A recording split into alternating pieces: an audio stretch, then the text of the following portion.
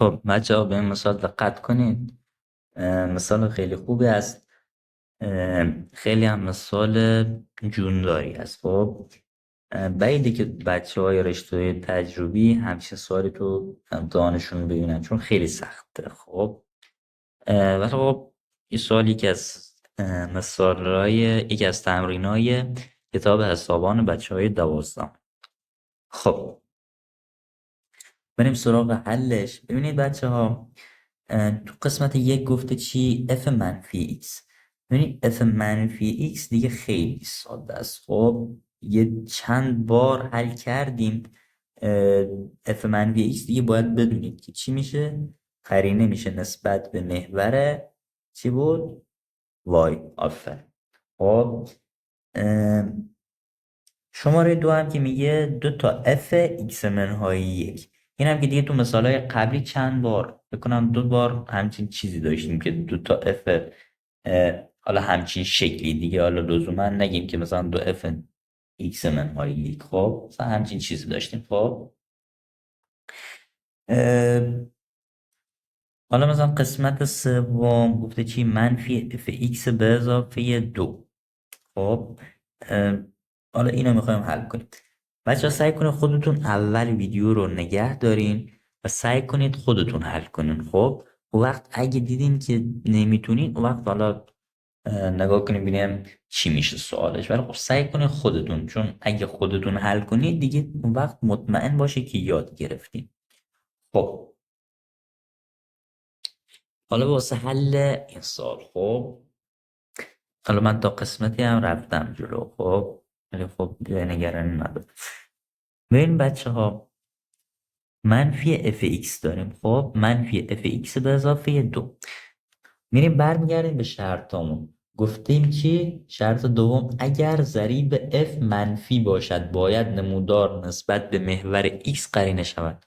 خب ضریب f منفی، نمودار باید نسبت به محور x قرینه شود. این نمودار رو نسبت به محور x قرینه کردیم، همچین شکلی میشه. خب حالا اگه تجسمتون خوب باشه خیلی بدی و راحت میشه واسهتون. خب اینجا چی؟ ایکس همون هیچ تغییری نمیکنه. چرا؟ چون ما فقط عملیات روی چی انجام دادیم؟ روی افمون، و ایکس هیچ عملیاتی روش انجام نگرفته. خب اینجا بیرون از پرانتز آخرین شرطمون گفته چی؟ اگر بیرون از پرانتز با یک عدد جمع شود، اگر به اضافه شده باشه خب نمودار میره بالا، اگر منهای شده باشه نمودار میاد پایین. خب این چی شده؟ به اضافه شده. چقدر؟ 2 تا. 2 واحد نمودار باید به بالا برود. خب همین نمودار رو اینجا داریم، فقط 2 واحد میخواد بره بالا. اینجا چنده؟ اینجا 3 بوده. خب دوران که شده اینجا میشه چقدر؟ -3. درسته؟ اینجا چی بوده؟ -2. دوران شده میشه چند؟ 2. خب دیگه همین میخواد 2 واحد بره بالا. خب همچین شکلی میشه. میاد اینجوری. بد شد.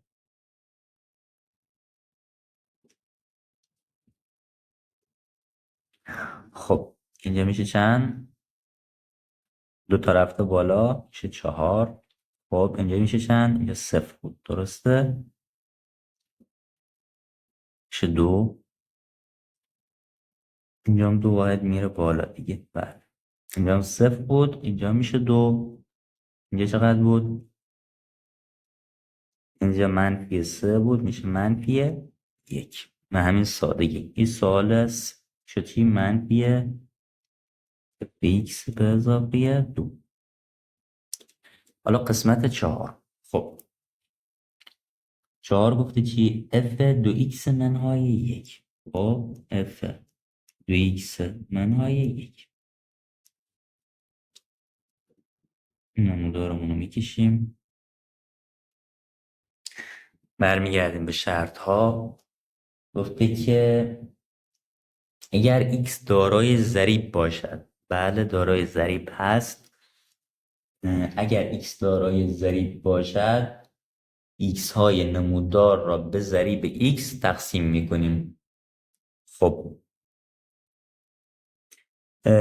x با یه عددم جمع شده درسته؟ اگر داخل پرانتز که همون x هست با یک عدد جمع شود که اینجا منها شده، نمودار باید به سمت چی حرکت کنه؟ منها که میشد سمت راست حرکت کنه. خب چقدر باید بره راست؟ یک واحد. خب همین نمودار رو یه واحد میبریم به سمت راست.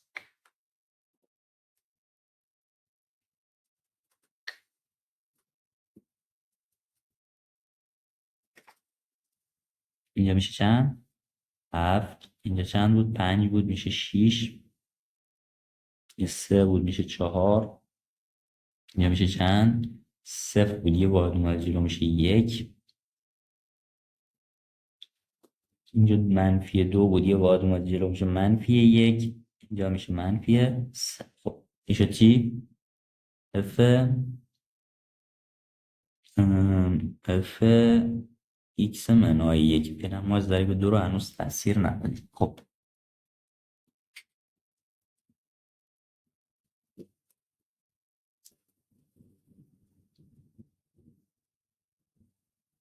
x که ضریب داشت چی کار میکردیم؟ گفتیم چی؟ x های نمودار. x های نمودار کدوم ها بودن؟ اینا، این نقطه ها. خب به ضریب x تقسیم می شدند. خب ضریب x چنده؟ 2. x های نمودار این. خب همون شکل قبلی رو میکشیم.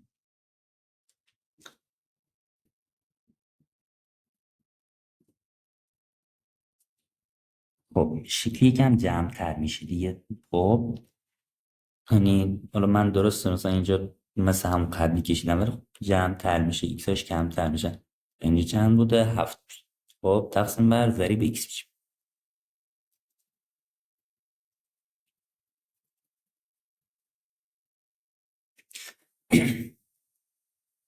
اینجا 6 بوده تقسیم بر 2 میشه چند؟ 3. اینجا 4 تقسیم بر 2 میشه چند؟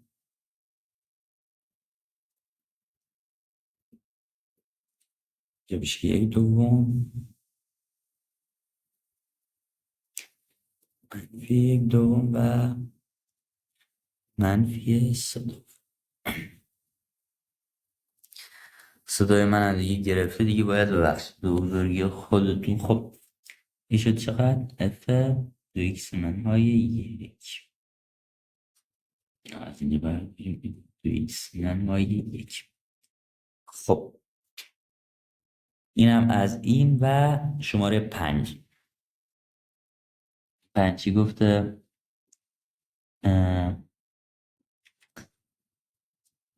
f 3 منهای x یا همون منفی x به اضافه 3 چه هیچ فرقی نمیکنه. نمودار رو میکشیم.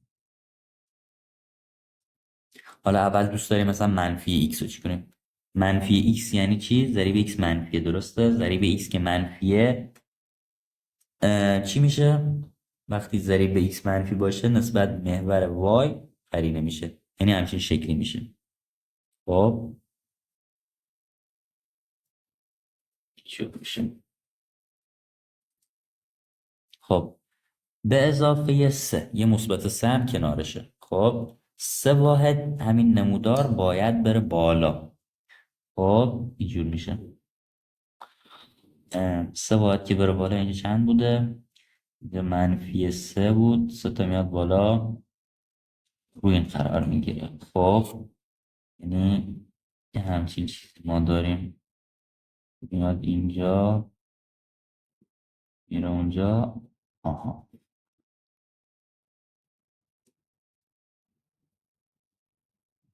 به x می‌های. خب